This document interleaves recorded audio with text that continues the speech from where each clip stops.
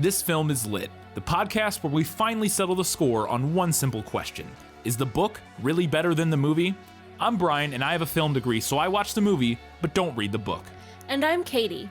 I have an English degree, so I do things the right way and read the book before we watch the movie. So prepare to be wowed by our expertise and charm as we dissect all of your favorite film adaptations and decide if the silver screen or the written word did it better. So turn it up, settle in, and get ready for spoilers, because this film is lit.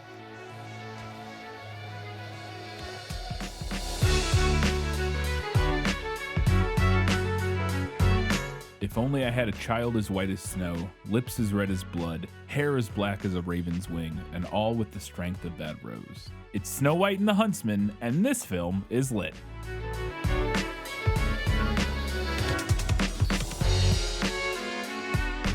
Hello and welcome back to This Film is Lit, the podcast where we talk about movies that are based on books or movies that are based on fairy tales. In this particular instance, it's not exactly a book.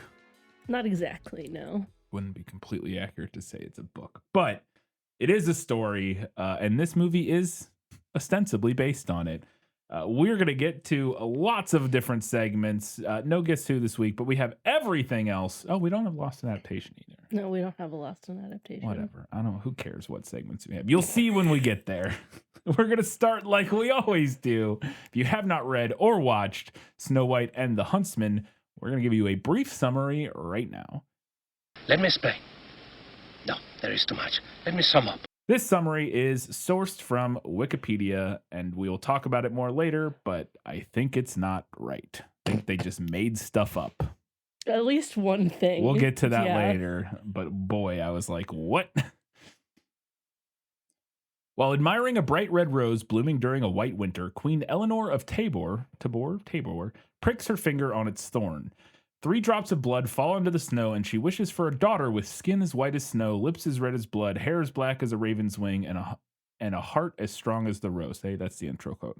The queen gives birth to Snow White, but falls ill and dies many years later. After her death, Snow White's father, King Magnus, and his army battle an invading army of glass soldiers.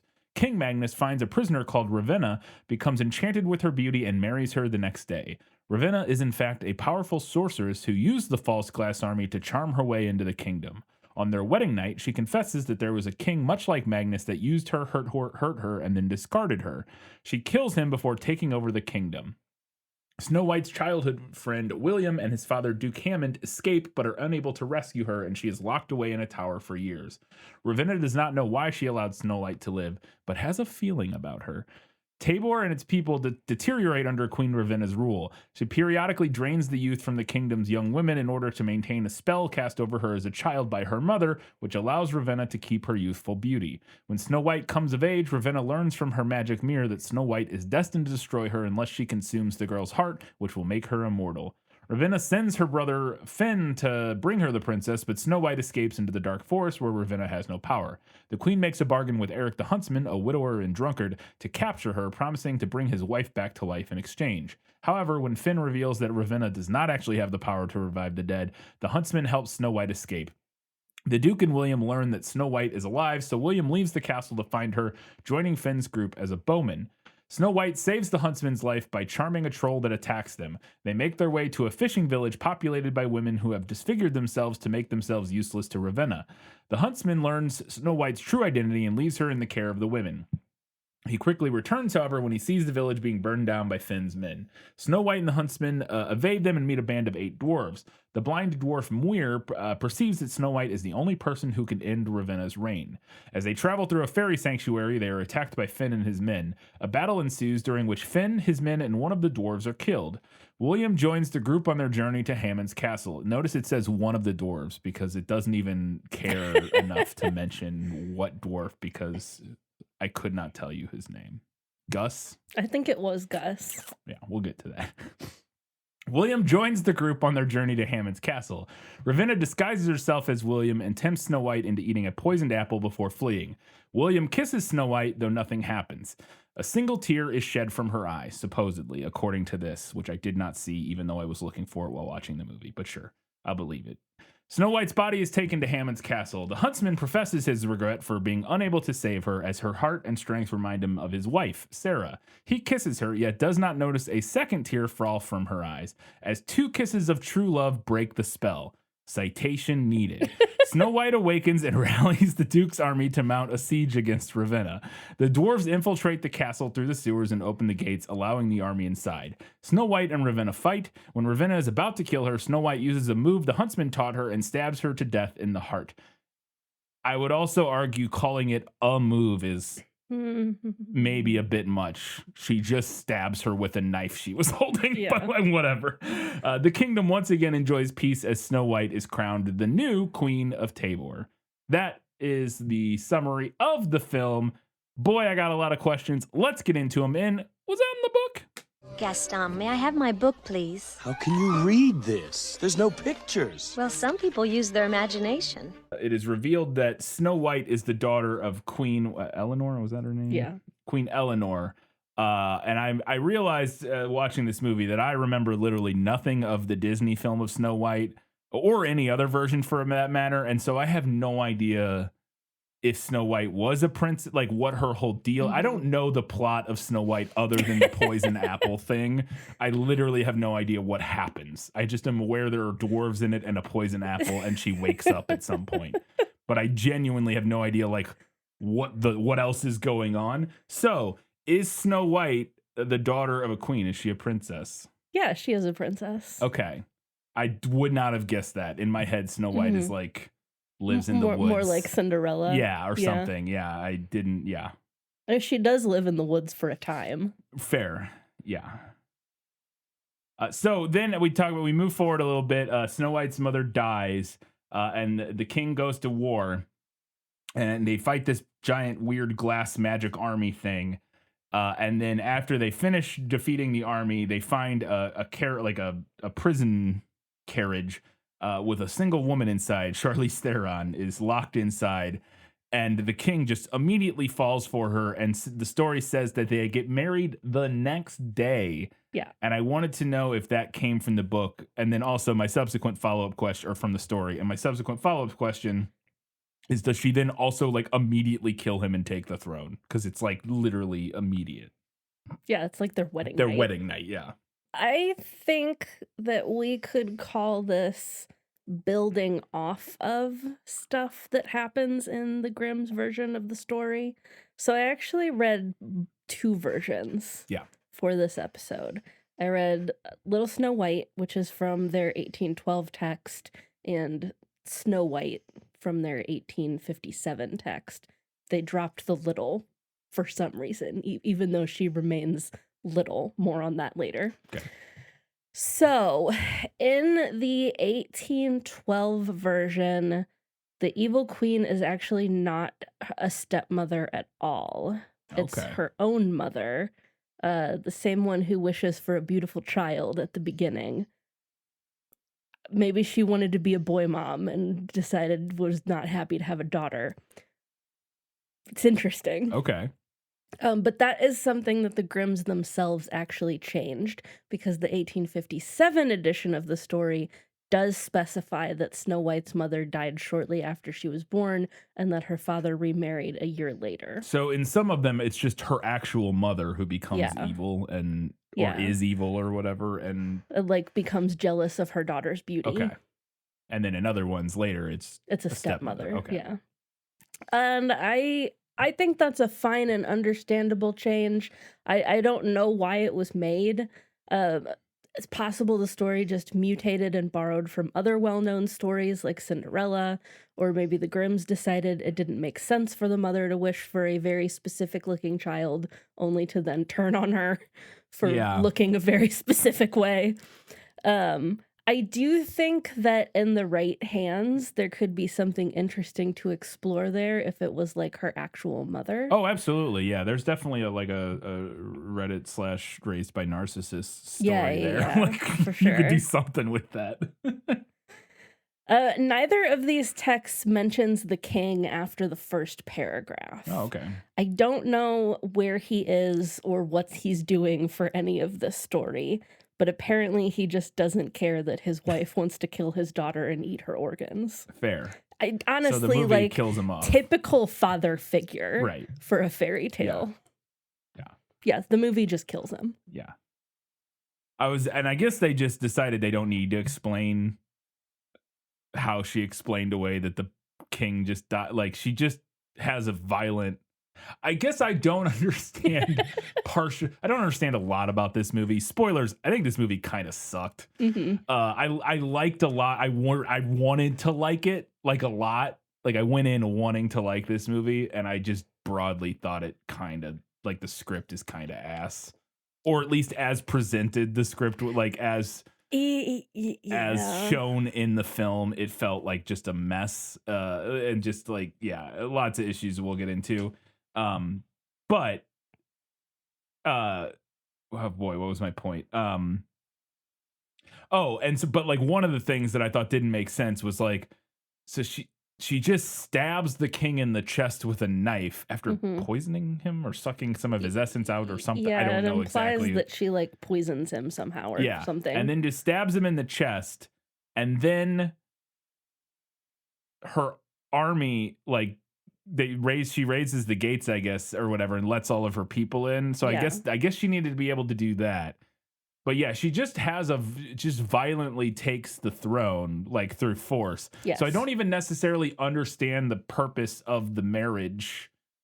I guess that legitimizes her. Yeah, I guess. Sure, potentially. I don't know. Yeah, the rules of monarchy are stupid and stuff. So like maybe, but it just felt like, I was like, well, it's not like you can pretend that somebody else killed the kid. Like, maybe they did concoct some story. I don't know. It's just the movie doesn't care. It doesn't really matter, but it's just a lot of those little details in this movie. I think there were certainly more subtle ways she could have gone about usurping the throne. Yeah, I was just like expecting her to like slowly poison him and he dies and then she takes the throne, or something like that, or even she does have him killed, like she does kill him violently, but then makes it appear that an assassin showed up. You know what I mean? Like, but no, people come in and like she just violently overthrows the castle and kills a bunch of other people. Clearly not worried about being violent. Yeah, and so like clearly, again, and I'm not even saying it's unrealistic, because there's a lot of different ways people have taken the throne throughout history, and I'm like, maybe there's a real life connection that this would make. It just felt unnecessarily convoluted. I don't know. So the famous line, "Mirror, mirror on the wall, who's the fairest of them all?" We hear that in this movie. And I wanted to know if that came from the book, because I was surprised that we hear that exact line in this movie, because I had always assumed it was like from the Disney version, but it's in this one, so I was like, oh, maybe it is in the story.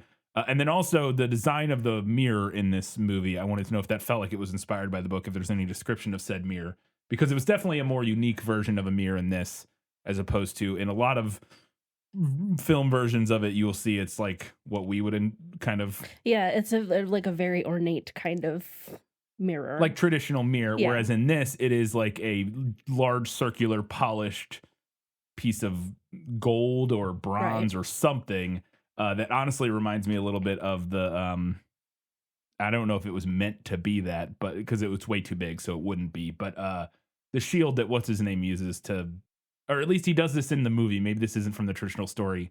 From Greece, what's his name? The Medusa, when he like reflects Perseus when he has like a polished shield that he uses. And again, I'm thinking specifically of something of the Titans. Clash of the Titans, the old Roy Harryhausen one or whatever. Yeah. So I was like, because it kind of reminded me of that. Yeah. But obviously it's not a shield; it's huge. But anyways, so the evil queen's line that she says to the mirror, I don't have the proof of this. I do suspect that line was conceived for the Disney movie. Okay.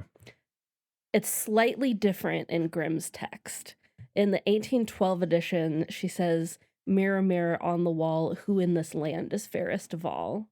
And then the 1857, she says, "Mirror, mirror on the wall, who in this realm is fairest of all?" Yeah. So it's similar. It's similar, pretty close. But they definitely tweaked it. And because that's the exact wording in this film, Yes. the exact wording of the one from the And Disney that's film. So. yeah, I believe yes, that is also the I do think that is a Disney change. Okay. I think. The mirror is not described in the Grimm's text other than to say it's a magic mirror. However, I like this movie's mirror design because it looks like an ancient mirror. Yeah. Because mirrors were made out of polished metal before they were made out of glass. They were made out of like bronze or copper. Yeah. So I figured that they're pulling from that, and Mhm. I think that's pretty neat. Yeah. Yeah, no, I agree. I like that's actually the best thing in this movie is just generally the way it looks. That both the combination, the cinematography that I talked about in the prequel, but also just the set design, the art direction generally is cool. is really cool. Like I like a lot of how the movie looks. It's just what happens in the movie that is Yeah, no, I really like that direction for the mirror because I think it makes it feel like even like more archaic and like weird. It feels like an artifact that she found, and even the way it's presented in the movie, where they like carry it in and like uncover it. It's Or, like they like, found it on a before we later on see her backstory. It could even be implying that she has been around for millennia or something. Yeah, absolutely. It feels like a relic from the past, like some sort of ancient magical item that is still, So in that regard, I think that's really cool. Like, I completely agree. We then see the evil queen Ravenna take her milk bath or whatever this is, and I wanted to know if anything of this came from the book because I was like, oh, this is interesting because she has this giant pool of white liquid that I assume is supposed to be milk, but it's definitely not the viscosity of milk. It's the viscosity of like wax, like melted wax, like when we see it on her. But I assume it's supposed to be like milk or something. Could be milk. I guess it could be some kind of like very liquidy clay. Yeah, or some sort of clay or something. Yeah. But it was cracking me up because I talked about in the prequel how the cinematographer for this, Greg Fraser, also shot the Dune movies, and I was like, holy shit, it's the oil bath thing from that Baron Harkonnen like lounges around in Dune, including the shot with his face like coming out of it or whatever, except it's white instead of black, which I thought was funny. But I was like, oh, he's testing out. He got a test run on those shots with Baron Harkonnen, except he got to do it with Charlize Theron, which is probably nicer. So this is not mentioned in either Grimm's text. I assume it's a reference to the kind of beauty treatments that somebody this wealthy could do. Like a milk bath probably is the reference, which it supposedly has like anti-aging properties. Yes, because we see that she does a bunch of stuff to stay eternally young and beautiful. Obsessed with being young and beautiful. Yeah, I do think I think that scene it's just a really cool visual. It's very cool. The shot where she comes out of it and like covered in the white, wearing the crown when she does it, she like looks like a chess piece. Yes, it looks fucking sick. It's awesome. Again, visually, this movie has lots of cool stuff going on.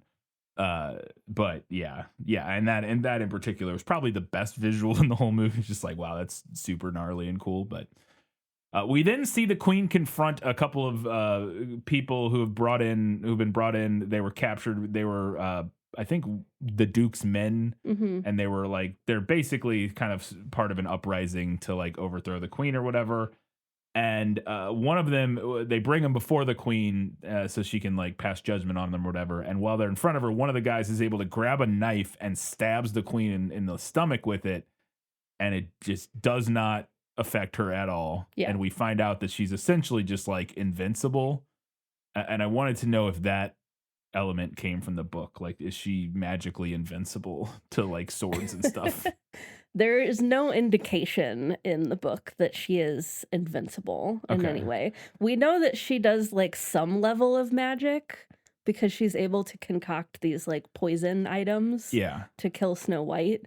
But she does die at the end of the story. She dies at the end of this one too, but that's because Snow White in this story is magically able to kill her, I guess, because of the spell, like something to do with the spell and her being the fairest or whatever.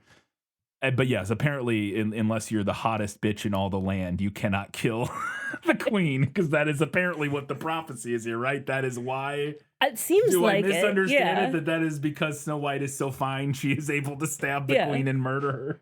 I think.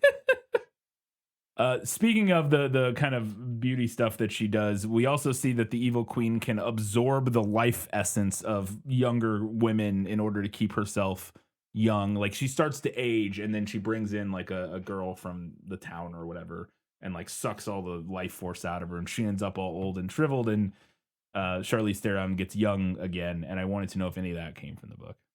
It does not. I am kind of assuming that this is meant to be a reference to the legend of Elizabeth Bathory. It is. I asked this question, but I read somewhere during the prequel research that was what this is. Yeah. So for anyone who doesn't know, Elizabeth Bathory was a Hungarian noblewoman who allegedly tortured and killed hundreds of girls and women from 1590 to 1610. And the popular legend is that she bathed in her victims' blood to retain her youth and beauty. Although that's supposedly a detail that was added over 100 years later. Yeah. From what I've heard, the details around her specifically are very debated in terms of like what's like similar to like Vlad the Impaler or whatever. Like how much of this is myth versus reality kind of thing. So, but yeah, again, I read when I was doing research for the prequel that was directly what they were referencing with that. And I think the bath thing too, potentially, like she bathed in the blood and whatever that white, but I think that even was also similarly an allusion to her. A bunch of stuff happens, but the Snow White has been locked in one of the towers for an indeterminate number of years. At least 5 to 10 years. I don't know exactly, because she seemed to be about what, like 10 to 12. I would put her at like 10 at the beginning of the movie. And then she's like 18. So well, they say she's coming of age. Yeah, she says she's up. So I 16, 17, 18. Who knows? But yeah, she's, it's been at least 5 years, 5 to 10 years later. It might even say directly in the movie. I just can't recall. I don't think it did. Snow White is grown up. She is Kristen Stewart. She's able to escape from the tower when Finn comes in, the brother of the evil queen, comes in to get her because she has gotten this prophecy from the mirror that she needs to kill and eat Snow White's heart, and that will make her eternally immortal or whatever. Yeah. And so Finn goes to get her. She's able to find a nail she pulls out of the wall, and it uses it to like hit him in the face and then escapes. And she's able to get out of the castle. She finds a magical horse on the beach. I never even asked about that. I meant to. Is there any allusion to where? Was it something to do with that guy? But he didn't have a white horse, did he? No. And that wasn't the Duke. Because remember, there's that guy who like sees her. Yeah. Sneaking, and he has a horse, and he goes outside, and I thought maybe it was going to be like that he was going to like help her escape, but then there's just an unsaddled horse on the beach sitting there, just like waiting. And I for don't her. think it was his horse. I don't think so either, and because I don't think his horse was white like that. Don't think he would have gotten there, known where to leave it. Yeah, I agree. I don't know, but I thought that was gonna. Anyways, I must have missed something there with that. I think that's just so that he sees that, and then. He can go back to the Duke and says, "Oh, this princess is still alive." Yeah. But the magical white horse, I think, is just like a magical MacGuffin or whatever. Okay. So she's able to get on this horse and ride away, and then she gets to the dark forest, and she has to leave the horse behind. We'll talk about that later. But when she gets into the forest, she falls and she lands on some like fungus of some sort that releases some spores into the air. That are like psychoactive or psychoreactive or whatever. And she starts tripping balls. And this scene is very cool. Again, super cool visual stuff in this movie. I thought all of this stuff with her tripping was really gnarly and creepy and gross and interesting. And I wanted to know if any of that came from the book. Because I was like, oh, that could be one of those things that didn't make it into like the Disney versions, but actually is, Yeah. So it does not come from the book. She does run through the forest, and it is described as dark and scary, but there's nothing about her like tripping balls on mushroom spores. Okay. But yeah, I thought so many of the visuals during that were really cool with all the little bugs like crawling really everywhere, and it's like you can't tell what you're seeing half the time in the same way that like as she is, and like you're seeing these like dark figures that sometimes look like people and sometimes look like just all of that I thought was really, really cool and like really well done. of like making you unsure of like what you're looking at and stuff in a way that was really effective.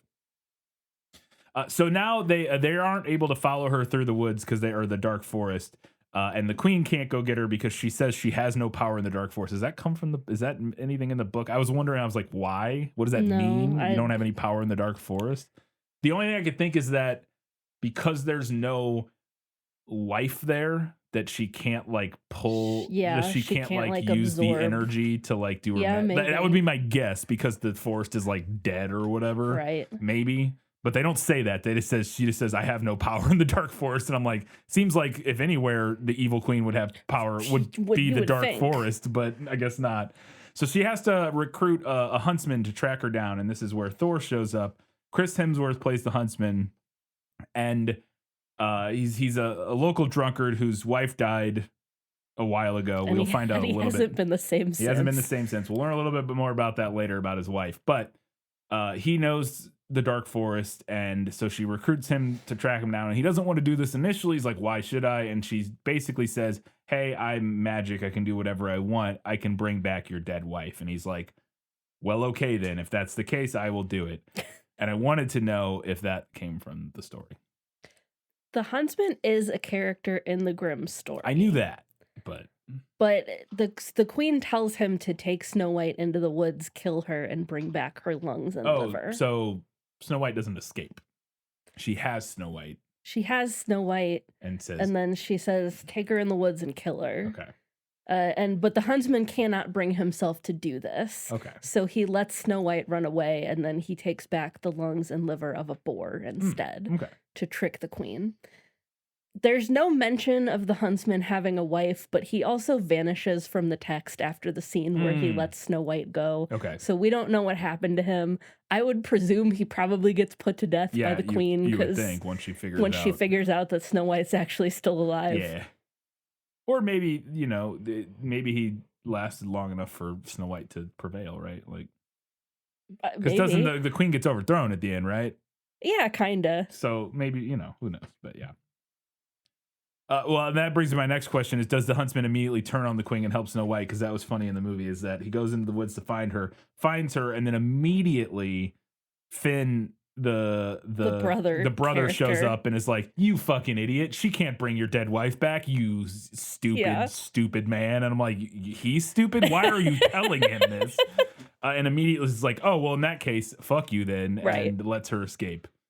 I mean, I guess you could say, in a sense, that he does immediately turn on the queen since he lets Snow White escape instead of killing her. That's fair. I felt like the movie didn't know what to do here. Yes. Like how to get him to do the about face. A lot for what is supposedly a script that was so good it needed to go. I was like, the script's got a lot of weird jumps in logic in it, but... Because, we need the huntsman to find Snow White, right? Yeah. But we also need him to be like a little bit of a scoundrel. Right. But we also need him to pretty much immediately join forces with her. Yes. So the answer the movie decided is to have the brother just immediately tell the huntsman that the queen can't act. Like, why would he do that? Yeah. Why would he again, the idea is like, well, he's an arrogant asshole who doesn't value the huntsman at all and just is thinks he has so much power over him as a lowly, commoner or whatever, that he doesn't think through the fact that if he tells him this, he'll immediately be like, oh, well, fuck you then. I guess is the idea, but it does. You're like, because I had the reaction watching the movie during that scene. I'm like, why would you say that?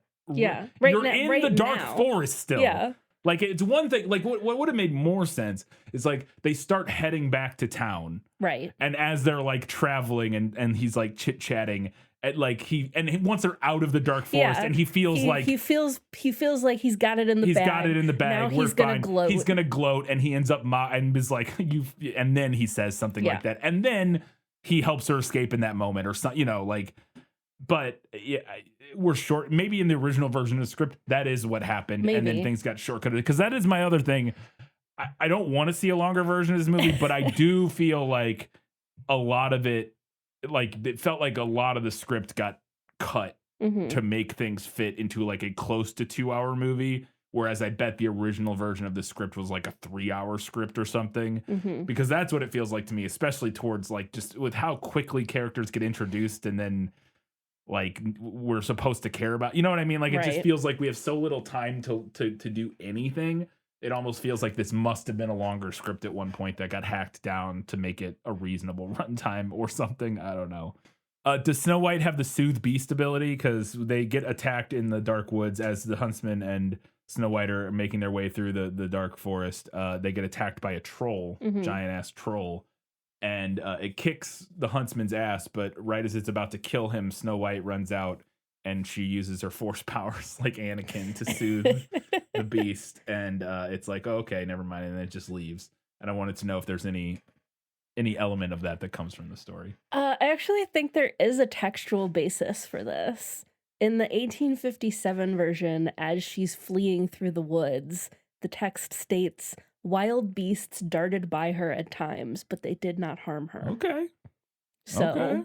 I feel like we can extrapolate from Yeah. that. Yeah. It also feels like their version of the Disney princesses can talk to animals thing. absolutely. It's like Yeah. the grimdark version of that is that she can like force soothe Yeah. the feral beast or whatever. Like, you know, similar. Yeah. It does feel like that. So yeah. I mean, force soothing a troll, getting birds and squirrels to do your chores. Honestly, nothing. Honestly. Yeah.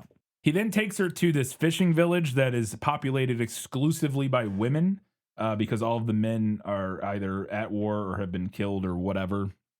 And I wanted to know if that came from the book, because I thought that was an interesting little Mhm. sidetrack that we took briefly in the movie. Yeah, this is not from the Grimm's text, but I think it is a cool idea that works well with the rest of the movie's story. Yeah, and then because they extrapolate from there, all of these women have like scarification on their faces, Mhm. and the main woman that we interact with during this section says specifically that our scars protect us. Without our beauty, we're of no use to the queen.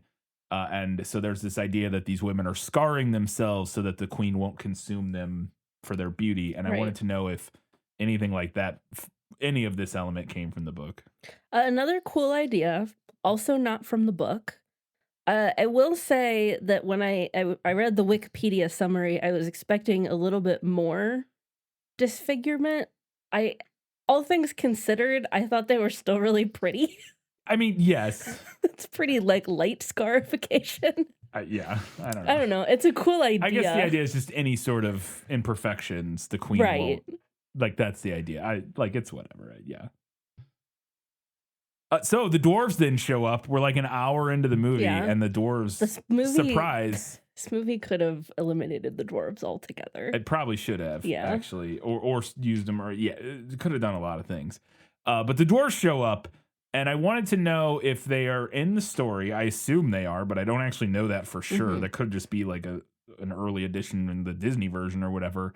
But assuming they are in the story, do they feel more like the friendly, silly dwarves from the Disney film, or do they feel more like these dwarves, which are like rambunctious, like, and they have like very, not that the other ones, they obviously have unique personalities because they're all based on their names or whatever, but they're all like vaguely friendly and nice or whatever, whereas Yeah. these ones are much more of a kind of standard. They're just like people, like they have, and they're a little bit more, at least initially they're introduced, they're, you know, they have weapons and Right. they're kind of feisty and all that sort of stuff. They're like more like Tolkien versions Yeah, of dwarves. they fit more in this kind of like gritty, Yeah, like fairy high tale, fantasy version high of fantasy, dwarves. Yeah, As opposed to the Disney movie version of dwarves. And I wanted to know which of those felt more accurate to the story, assuming they're in the story. the dwarves are in both versions of the Grimm story. I would say that they feel closer to the Disney version. Okay. We don't really get to know them all that much. They don't even have names in Grimm's. They're just 7 dwarves.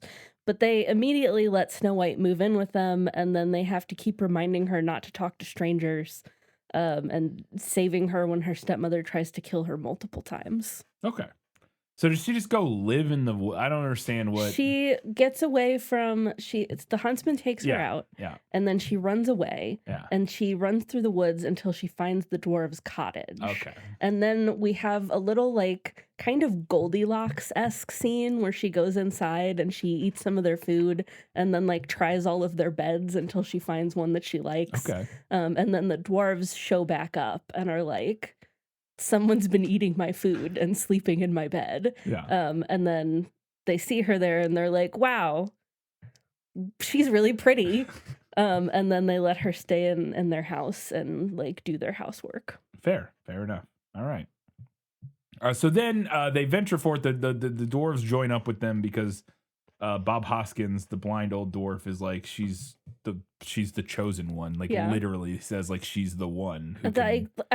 Correct me if I'm wrong. The implication is that he has like some kind of like prophetic powers or something. Yes. Either that or he knows of some prophecy. Okay. That he correlates to her. Right. One of the two. Either he is prophetic in some way or he is aware of some prophecy and is like the one who recognizes that she fulfills said prophecy. Okay. I couldn't tell you. I wasn't sure myself.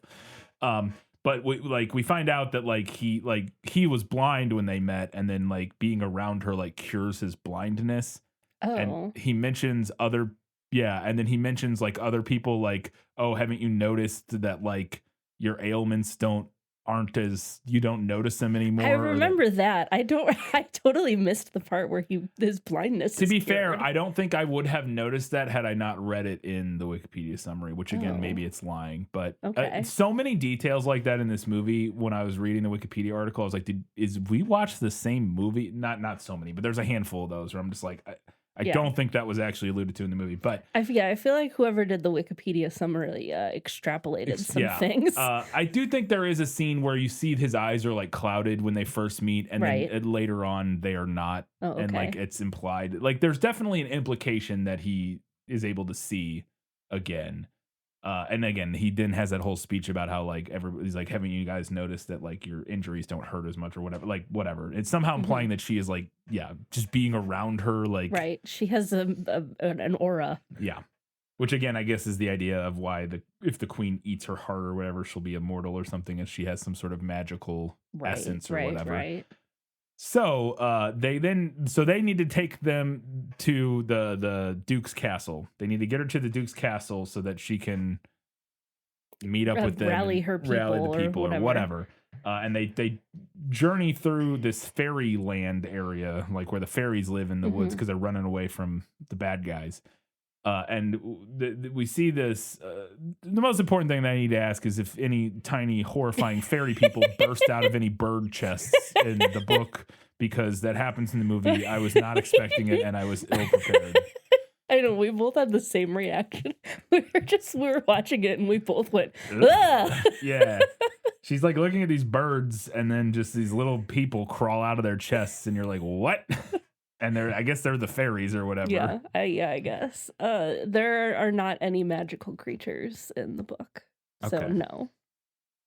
Okay. Well, on a similar note, does she then like see a giant, I think they call it white heart, but it's this giant white deer with the world's biggest antlers. It looks a lot like the deer from Shadow and Bone. Yeah. And something else we just watched recently that. A Discovery of Witches. Yeah, Discovery of Witches. Yeah. She finds a deer with giant antlers, and it's like a classic, like you're the chosen one thing. Yes.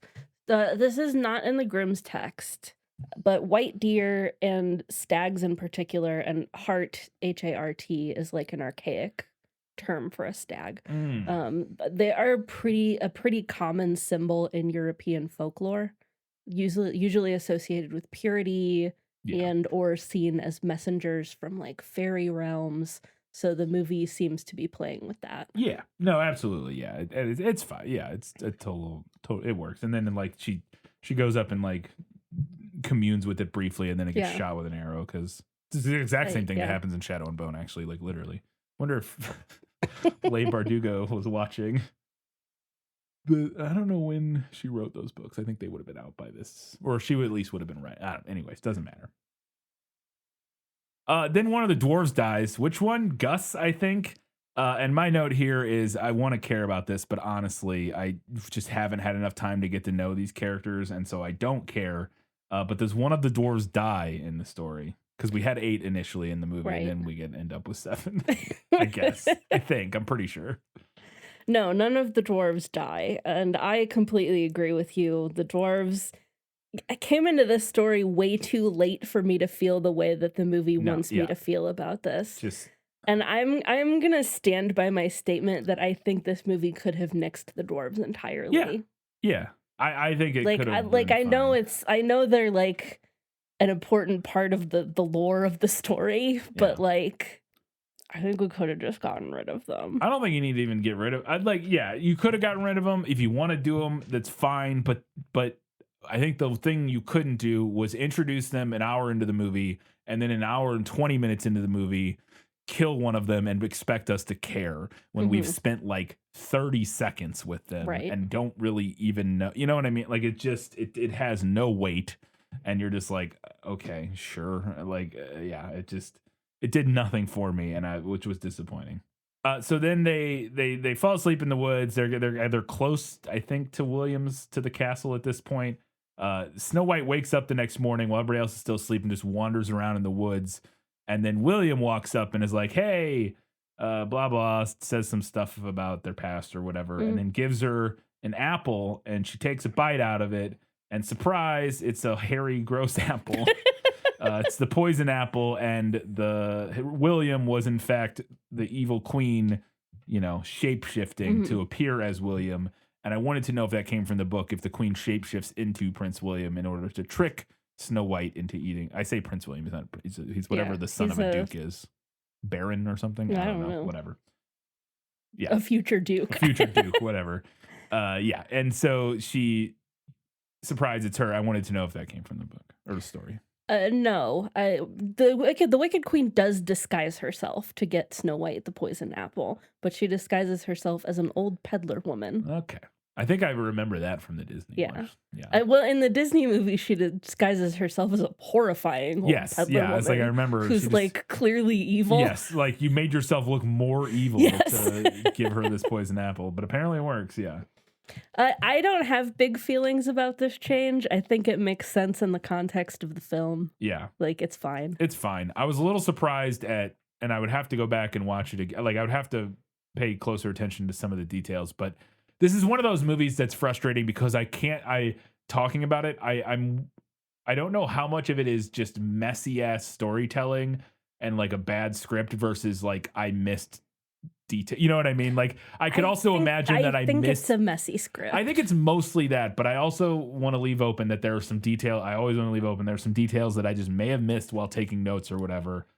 But I found it very jarring that she just knows where they are and finds them and is able to get, like, she just finds them in the woods immediately and is like, you know what I mean? Like in a way where it's like the rest of this time, it's been this big struggle to like we got to go find Snow White. And then it's like, oh, well, it wasn't that. And I can't remember how she knows where they are, if she does.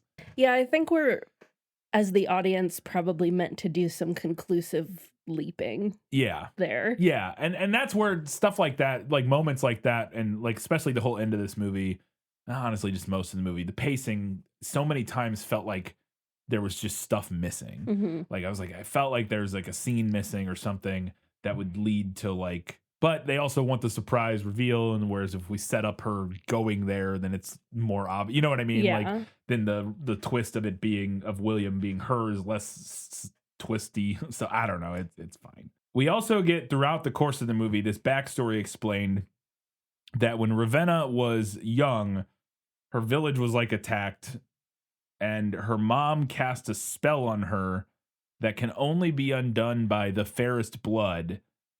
And I think it's essentially is this spell. I was a little confused as to what the spell did, to be fair. I wasn't sure. I think it basically keeps her is the reason she's like immortal or like invincible is because of this spell. Yeah. And that it can only be undone by fairest blood.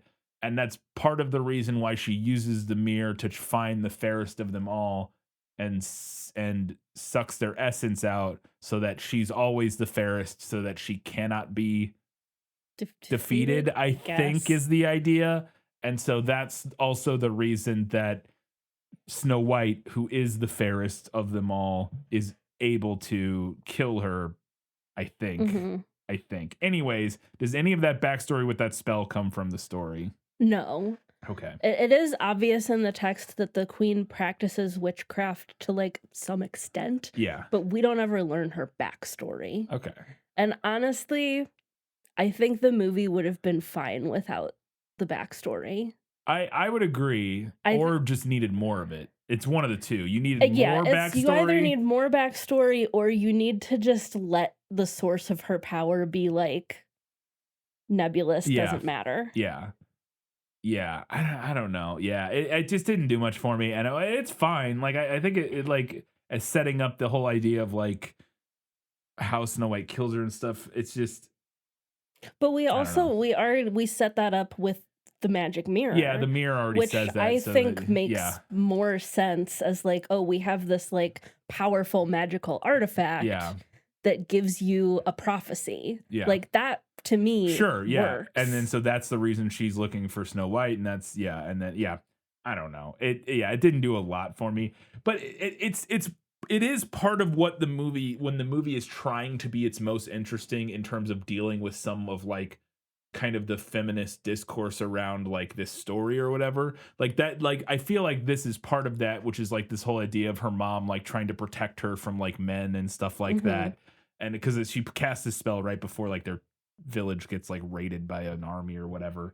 The whole thing with Ravenna, like when she's talking to the king before she kills him, and she's like, "Oh, you know, men have done this to me or whatever, and like women are used and discarded or whatever," and like it's like the movie at times is like brushing up against this like kind of feminist deconstruction of like why the evil queen is evil, but like from a feminist lens.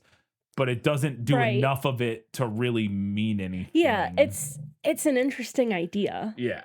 Which is kind of my main thesis of this movie, is that it has a lot of interesting ideas. Yeah. But yes, it's not doing enough with it. Yes. To be anything. And I think that's largely because there's too much going on.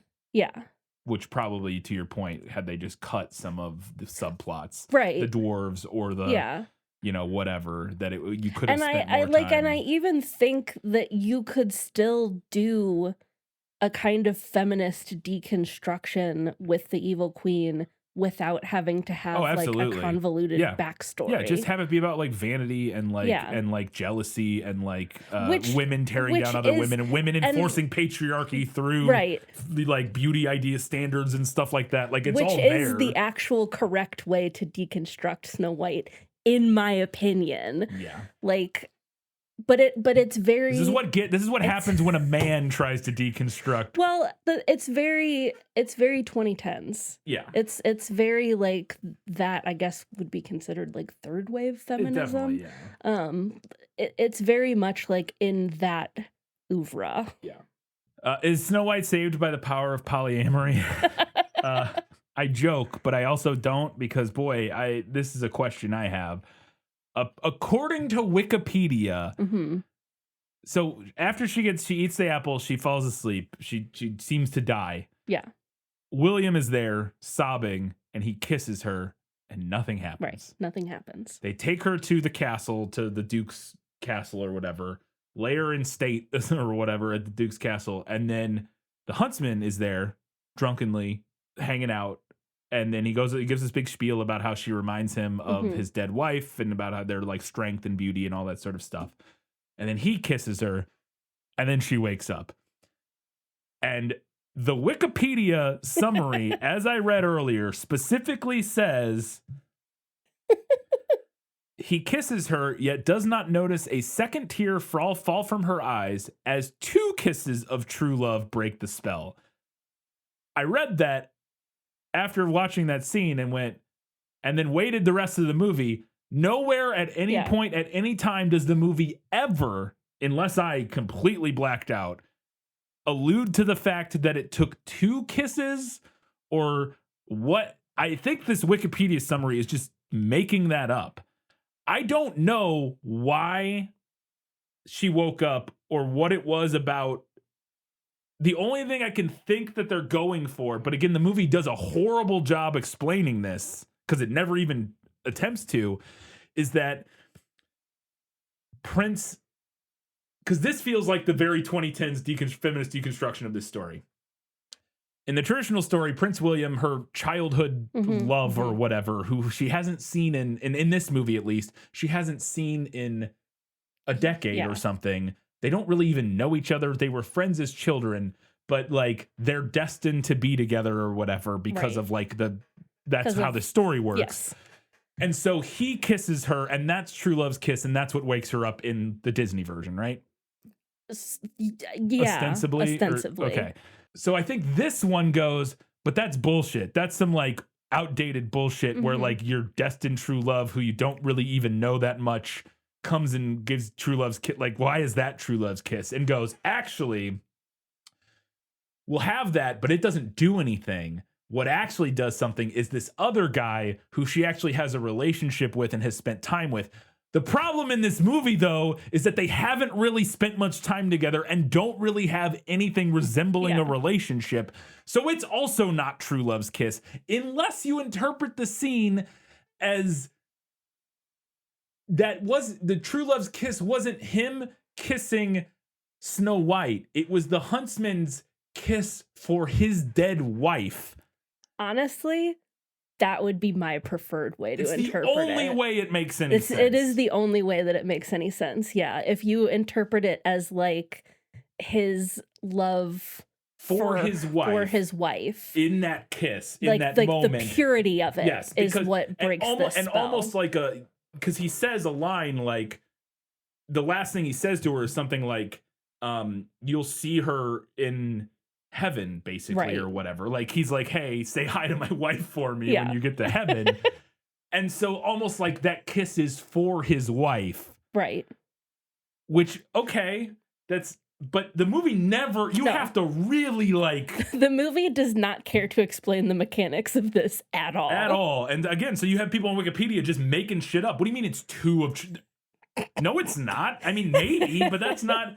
Like, I genuinely think it's the third thing I said. Like, and again, but to me, that very much feels like a 2010 feminist deconstruction of this, of like, well, we need a, but then failing it, because again, that could work if you're like, well, this Prince William guy, that's not actually true love's kiss. It's this other guy, this lowly commoner who actually knows her and understands her and gets her. Except he doesn't. Yes, that's the problem of the movie, is that he doesn't. They've shared like a handful of lines together, and it's mostly about how they're surviving in the they're not like deeply connected. It's been like 2 days. Yeah, it's not like they have some deep connection. It's his and honestly, William, from their whole childhood, knew her more than no like kidding. Like they spent most of their childhood together up until like age 10 or 12 or whatever, whereas the Huntsman has known her for 2 days, and most of their conversations have been related to escaping creatures in the dark forest, and they have or whatever. no chemistry. And they also have absolutely no chemistry. And again, also, he's so committed to his dead wife that it's not like he loves her. And again, that his speech there definitely implies, like, again, he loves her because she reminds him of his. Okay, it's a mess. How does it work in the story, and how does it compare to this? So, fun fact, supposedly a kiss being the thing that breaks the spell and revives Snow White was actually added to the story by Disney, who was borrowing from Sleeping Beauty. In the Grimm story, Snow White awakens because the piece of the poisoned apple that she bit off gets dislodged from her throat. Yes. Yeah. So in the 1857 version, this happens when the prince's servants are carrying her coffin to his castle, and one of them like trips. Yeah. And this like dislodges the piece of apple from her. In the 1812 version, this is so unhinged. I love it. The prince is so obsessed with Snow White that he insists on carrying her coffin around with him everywhere. He doesn't just like take it to his house. Right. He like wants to take it with him. Right. She's like his comfort object. I don't know, man. That's And like classic old school crazy when somebody dies. Yes. That's like old story. Yeah, like they just, yeah. so he's carrying this giant ass glass coffin with a body in it around Yeah. everywhere with him. And finally, one of his servants has had it up to here and opens up the coffin and starts like shaking her corpse, causing the piece of the apple to fall out of her mouth. Amazing. Incredible. Incredible. And then my final question, does Snow White kill the evil queen and take the throne? Because they get the big fight at the end. She stabs her in the stomach with a knife, according to Wikipedia, using the move that the Huntsman taught her earlier, Mhm. which, again, the move is look the victim in the eye so that they don't... Right. The move is like block then stab. Yeah. That's the Which whole isn't thing. really... I mean, it's kind of... Yeah, it's not really much of a move. It's Yeah. like... It's like, don't let them stab you, and then you stab them. That's Right. like, that's not like a, it's not like a trick. You know what I mean? Like, Right. I wouldn't call it a move so much as just like fighting someone Yeah. 101. Yeah. When I read the Wikipedia part of that, I was like expecting like she's gonna do something, but I was like, but he never taught her anything really. Like again, Yeah. other than like the part about yeah. Anyways, and so she stabs the evil queen. Evil queen dies, and then she is crowned the queen of the land. And I Mhm. wanted to know if that's how the story ended. Kind of. Sort of, in a Okay. way. So after Snow White is revived in Grimm's, she marries the prince, and the queen is invited to the wedding. And then when she gets there, they heat up metal shoes over coals and force her to dance in them until she Mm. drops dead. I've heard. It's Yeah. an incredible ending. Classic. So yeah, ostensibly just very different. Yeah. A little, yeah, definitely. I can understand why you would change that because it definitely makes Snow White seem, fairly cruel, even if the evil queen deserved to die. Having her dance on hot coals for your entertainment as she dies is, something most of us would be like, that's not like a great thing to do. Yeah. All right, those are all my questions. It's time to find out what Katie thought is better in the book. You like to read? Oh, yes. I love to read. What do you like to read? Everything. Okay, so right off the top, when this movie started, we get the queen looking at her blood on the snow Yep. and wishing for a child. And I had to ask, was the addition of a rose to that necessary? I don't think so. This isn't Beauty and the Beast. It's not Sleeping Beauty. Just let it be Snow White. Yeah. Yeah, I don't know enough about all the different specific like imagery to know like what they're pulling from. Obviously, I mean I know there's a Mhm. rose in like Beauty and the Beast, but I wasn't entirely sure. Yeah, it doesn't. Yeah. Next thing, I understand why this story gets simplified down to just the poison apple, but I have always liked the queen trying to kill Snow White multiple times with different implements. First, she sells her laces for her stays, and then she laces her up so tightly that she can't breathe. Mm. And then she sells her a poison comb, Mm-hmm. and finally the poison apple. I just like it. I think it's interesting.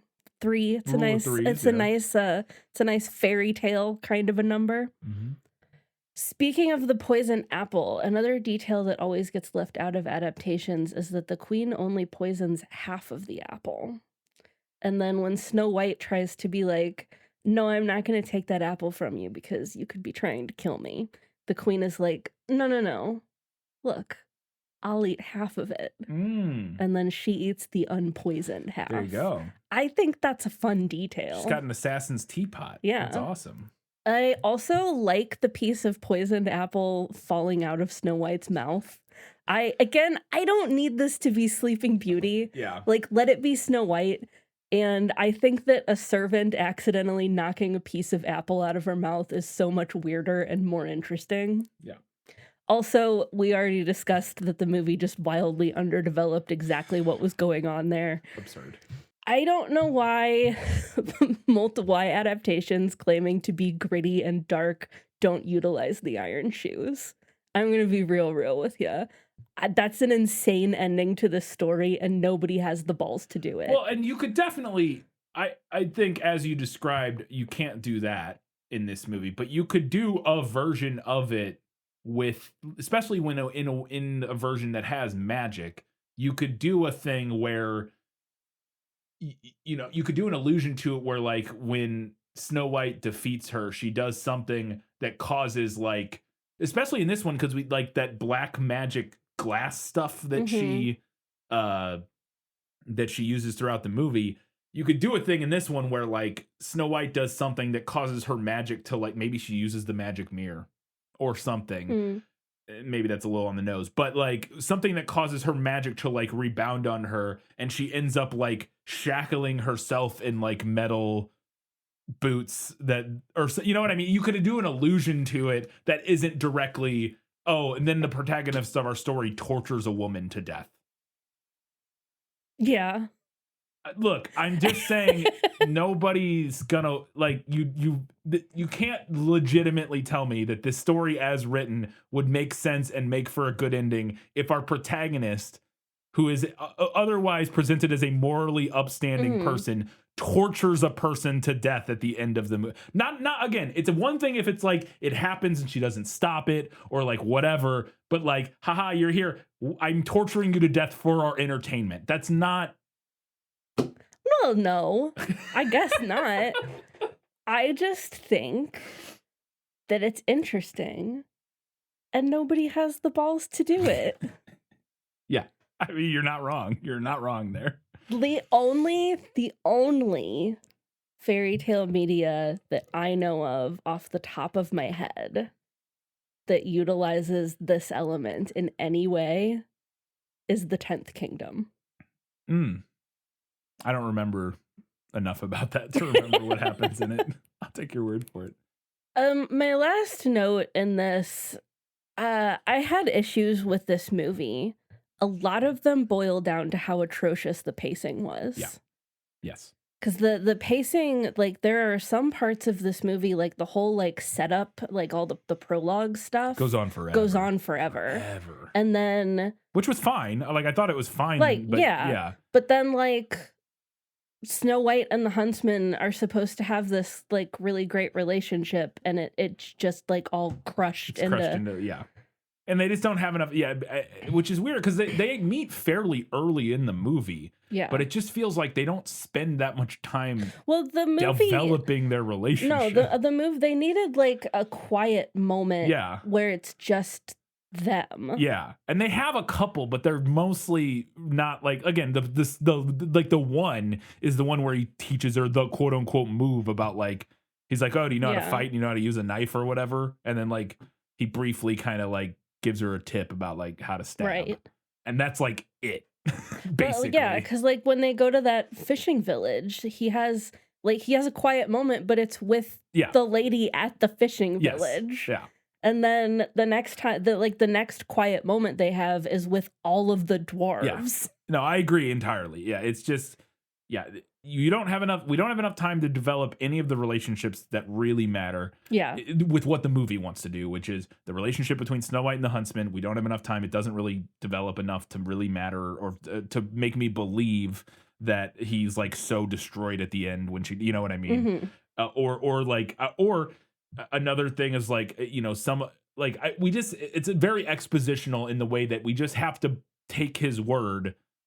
Like, when he's like, oh, you remind me so much of my wife. It's just him saying that. Yeah. And, like, and buying that he's emotional in that moment. We don't actually, like, we can't compare them. We know we've never met his wife. We don't even see her. We've never seen her. So we have no idea, like, what she's like. We can't see the similarities in them. It's all just taking his word for it in a way that feels very, like, hollow and, like, I guess, like, sure, but it just, like, you're relying so much on, again, just exposition in a way that is just really unsatisfying. And it goes beyond that. Again, the same thing with the dwarves. You're just, like, they're in the movie so briefly, like, they show up an hour in and then one of them dies, like, 15 minutes later. And you're like, yeah, I guess I barely knew that guy's name. I don't, like, you know what I mean? It just doesn't, none of it, like, has any weight because, the person who gets the most development and who is the most interesting is the queen. Yeah. We see like the most of her backstory. We see the most of that stuff, but it then doesn't make her interesting enough. Like her motivation and stuff. She just has to. This is kind of what I guess Ebert was getting at. She kind of just has to be evil. So like she just gets killed at the end, and then the story ends, and you're just like, okay, like it just like the one character who is super interesting. Her death is just she just gets stabbed, and then she dies, and we move on, and everybody's happy. And you're like, there's not really like a moment of like really reflection on like or like you know, there could even be a moment where Snow White and her like had like some sort of. They had a moment together where the queen kind of got to explain something about her backstory, and Snow White like were to see some humanity in her or something. You know what? Just anything that would have like add any layers of like interest to this. It's yeah. Nope. All right, let's go ahead and find out what Katie thought was better in the movie. My life has taught me one lesson, Hugo, and not the one I thought it would. Happy endings only happen in the movies. Hands down, the best thing about this movie is Ravenna. Yeah. An iconic evil queen. Mm-hmm. Great images, great performance by Charlize Theron, incredible costumes. Yeah, it's great. Good stuff. It's a lot of fun. Another thing that I think this movie did good was aging up Snow White. She's 7 years old in the Grimm's text. Okay. Why? 7. Yeah. Even though I think the movie could have used more time with the dwarves, if in fact we're going to have the dwarf characters, I don't have a problem with skipping Snow White playing house for them. I'm fine with that. Yeah. Even though it ends up being not all that important, I appreciated that the movie established a backstory between Snow White and William rather than him just being some random prince who becomes obsessed with her corpse. Yeah. It does have, you know, that at least has a little bit of, you're like, oh, okay, I get why he's like, you know, they had this history together as a child, but then makes it a little more confusing with like what we're doing there with his kiss not working and like what that means. And like, yeah. Right. Like I said, it ends up not being that important, but like the idea was there. Yeah. All right, let's go ahead and talk about what the movie nailed. As I expected. Practically perfect in every way. This will be quick. Well, we talked. To be fair, again, with all of these categories, there's more things, but with a lot of them we discussed it. And this story is not very long. Yeah. It's, you know, a couple pages. Yeah. But the one thing that I did want to mention here is that the queen pricking her finger and dripping blood onto snow is what instigates her wish for a child. Okay.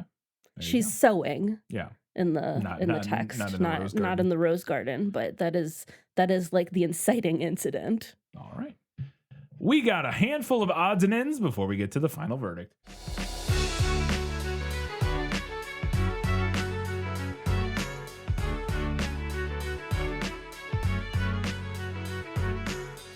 We talked about in the prequel episode Charlize Theron and her corset for the wedding scene. Yeah, it didn't look. I didn't think it looked that bad. Like it looked like it was very tightly laced. Yeah, but it didn't look particularly like heavy. Yeah, or I don't know. She said she was hunched over by the time she got to the. That doesn't make any sense. It doesn't make any sense. Maybe it was poorly made. I don't know. I think what my guess, and this is pure speculation. Is that this was said on some talk show because it was a thing to say, because it's an easy thing as a woman on a talk show to be like, wow, that corset, that was a bitch. You know what I mean? Like, it's just it's a generic throwaway, vaguely feministy thing to say. You know what I mean? Like, especially from that time period, it's just like, oh, that corset, it was horrible. I was almost hunched over by the time I got to the front, just because it's a thing you can say. Right. And like, then there's always corset discourse when we do like period pieces. Yeah. And she was probably like exaggerating, like it probably, but also it probably was like, you know, she's probably not used to wearing corsets. It probably was slightly uncomfortable or something, or, you know, who knows? But yeah, I'm sure it was exaggerated for an interview on a talk show on Jimmy Fallon or whatever. This movie has like one of the most unfortunate haircuts in it. I think he's got the haircut Ben Affleck has in The Last Duel. But like worse. But worse. It's so bad. Or is that Matt Damon? I can't remember. Yeah, no, Finn, the brother. Yeah. I didn't mention this, but in the prequel, I read that so he didn't do a wig. Ugh. He actually just cut his hair that way because It's and he was like, it works bleach. great for the movie, but boy, going out in public like this is rough. Bleach blonde, no toner, fuck ass bob with micro bangs. Yeah, it's awful. The page boy cut. It's bad. I talked about how some of the stuff in this reminded me of some stuff from Dune, the similar cinematographer. But I'm legitimately wanted to look up and see if that one room, the room where she kills her at the end, but that we see her in a lot, that has like the pool of oil or whatever in the middle. Yeah. I swear looks like the same set and room where in the beginning of the first Dune movie, Paul takes his Gom Jabbar test where the lady like tests him, and I swear it's like the exact same room. Didn't they build these sets? I think they did. So it probably it could be. It could be. I have no idea if it very well could be. Did you notice the scene where Ravenna is talking to the figure that comes out of the mirror? He's like leering in the doorway. Yeah, the brother is like leering in the doorway, and it seemed like he could not see the mirror figure. I did not notice that, but that is interesting. Yeah, I'm not really sure what I'm supposed to get from that exactly, but I thought it was an interesting detail. I think you could could go a couple ways, but I think you could take the idea that she's insane. Right. But she also can do magic, so right, and he can't. Yeah. So maybe that's it, because like you could take it, that like she has created this, that the mirror didn't say anything, and that she has created this myth and or whatever, and like, is like kind of insane and hallucinating this, but also it's not like in the rest of the story, we know she can do magic and stuff, so it's not outlandish that this mirror could come to life and talk to her. And you're like, okay. Bella Swan cliff dives again in this movie. Yeah, she does. Although it was way shorter than it looked. And like when she was standing there, the shot, it was kind of a forced perspective thing that like messed with my head. I thought she was much higher up from the water when she's like standing on the edge of the cliff, like she crawls out of the sewer or whatever. She's standing on the edge of the cliff looking down at the water, and then she jumps and it's like 8 feet down. I was like, oh, that wasn't that far at all. I thought she was like 30 or 40 feet up. No, she's like maybe 10 feet, and she hits I was like, oh, okay. That wasn't that bad. I mentioned this earlier, but when she finds that white horse on the beach, and then she rides it to escape, and then she gets to the dark forest, and as she approaches the dark forest, she hits this patch of like mud that the horse gets like caught in. Yeah. And she falls off, and she initially starts like trying to drag the horse out of the mud, and I was like, oh my God, are we going to get an Artax it's scene? like, oh no, Artax. I literally thought we were going to get an Artax scene. But I think they just needed her off the horse. Yeah. And to explain why they don't ride, like, they don't chase her into the, like, they need everybody on foot in the dark forest and not on horses anymore. So the horses get stuck in the mud and then they turn around or whatever. So I don't think you're meant to assume that horse died. I think somebody else probably pulled that horse out of there or whatever. But I'm going to go ahead and believe that. Yeah. Because we do not see what happens to that horse. Yeah. I also thought this was interesting. It mentioned this in the summary that William shows up after he finds out that she's alive. He shows up and joins the Finn's like group of mercenaries that are going out to hunt for her.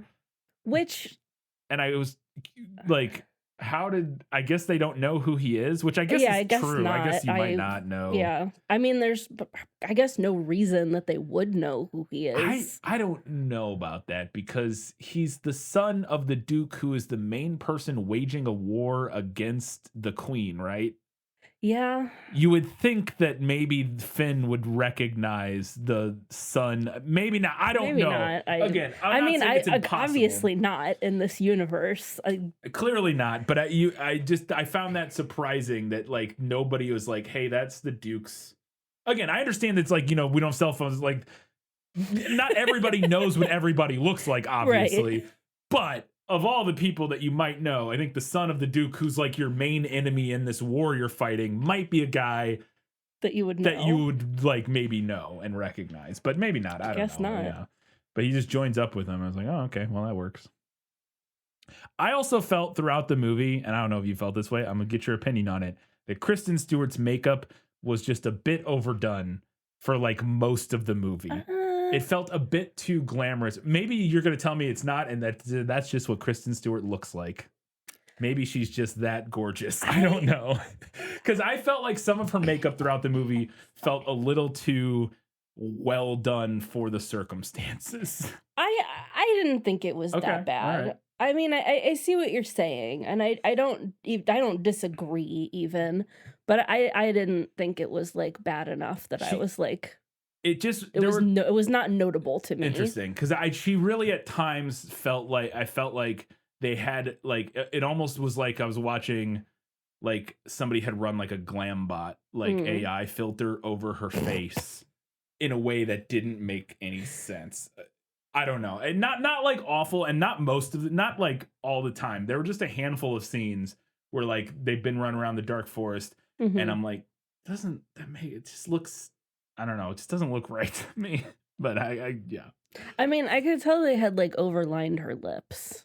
Yeah. For sure. Yeah, I don't know. I did appreciate that like when we see her touch the white heart that she had dirty ass fingernails. Yeah. Well, and they definitely like the dwarves, they like dirty up all their teeth and everything. Yeah. And like generally I think it like again, overall visually the movie looks pretty good. I just thought her makeup felt a little off to me, but I don't know. This is another big thing that the movie just, and this I'm gonna go full 2010 obnoxious chud on the internet. This is the most Mary Sue ass thing that has ever happened in a movie. And I've never heard anybody even complain about this, honestly. I think this one just flies under the radar enough now. Yeah, maybe. But the movie just has zero interest in explaining how and or why Snow White is like the person who should lead an army into battle at the end of this movie. Right. I was like, wait, what? It's one thing for her to like give the speech. Right. And like rouse the people as like, I'm the rightful heir to the throne, whatever. Like, sure. But then she like puts on armor and is like, rides the horse at the front and like leads the charge into the castle and then goes and fights the queen. And I was like, when did you learn how to do any of this? When you were trapped in that tower your entire life? What? I could buy that she might have learned to ride a horse pretty young. Yes, 100%. Riding a horse, absolutely. But being able to wield a sword and shield really makes no sense. Makes no sense. And it's and I get that she has to be the one to kill the queen. Sure. With the like prophecy and whatever. There's other ways to do that. But yeah, sure. She definitely does. But I felt crazy that I was like, did I miss a scene where, because again, the only thing I can think is that there was probably some cut scenes that are not really that important, but are kind of important if you want this to make any sense at all. Again, you just go, whatever, who cares? It's a fair, like, but that seems silly to me in this instance because again, or even have a scene.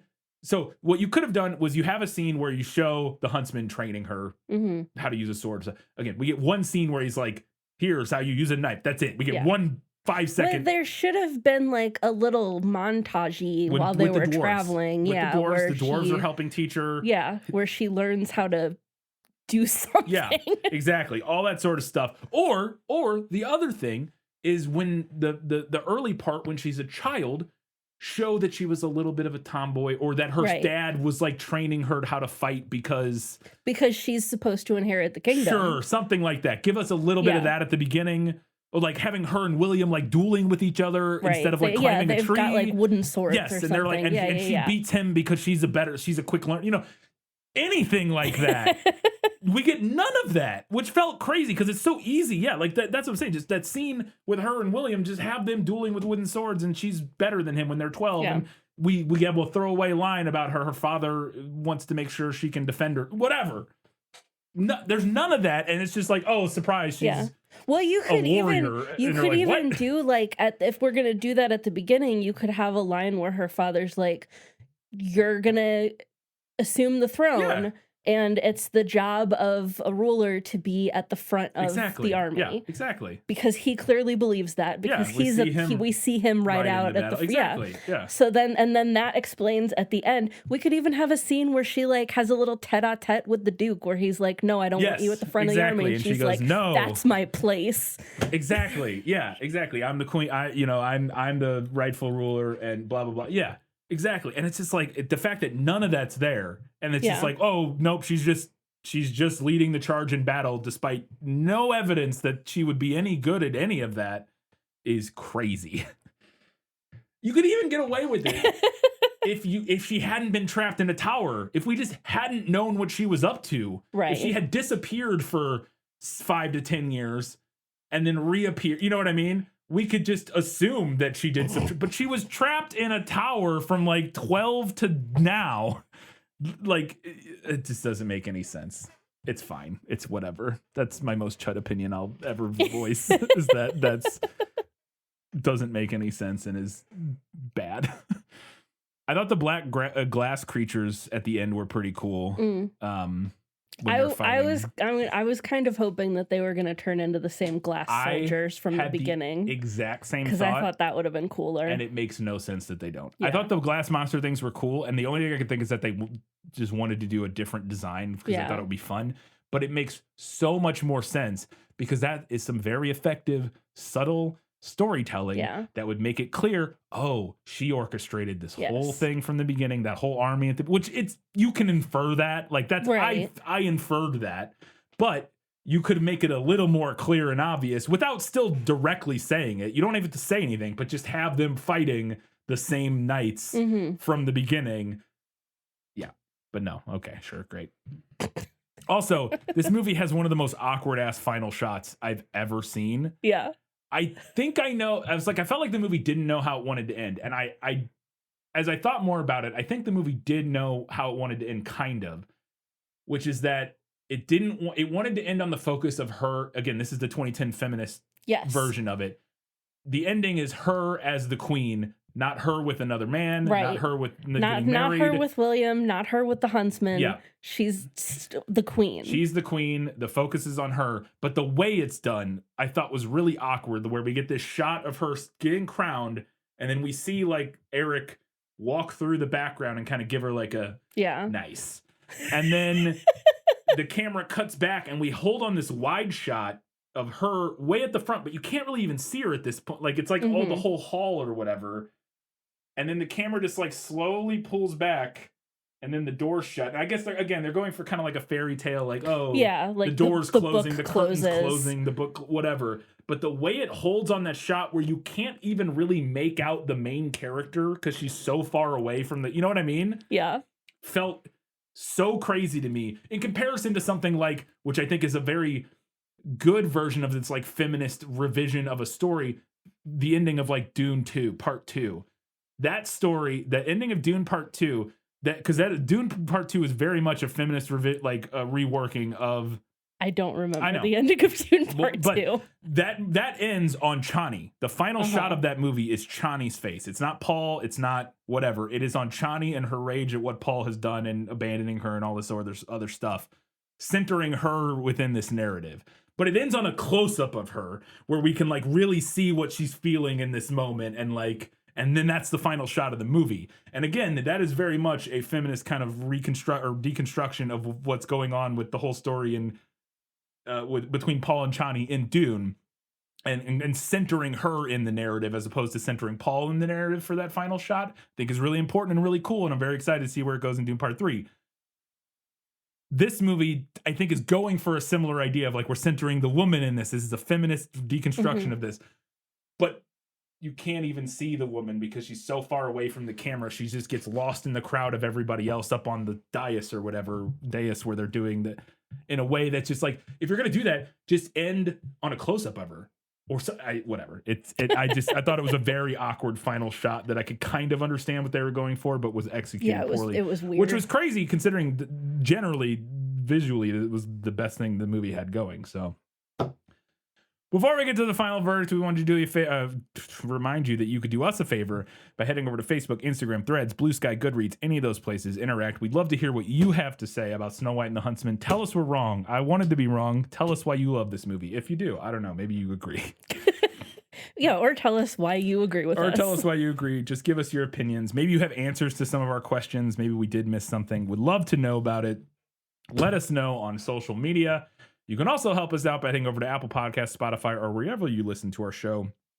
Drop us a 5-star rating. Write us a nice little review. We would really appreciate that. And you can support us at patreon.com/thisfilmislit.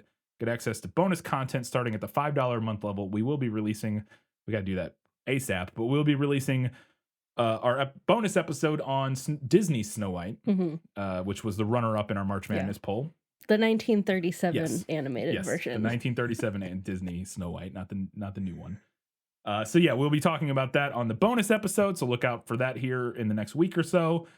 And at the $15 a month level, you get access to priority recommendations. If there's something you would love for us to talk about, you can request it if you support us at that level, and we will add it to our docket. Katie, it's time for the final verdict.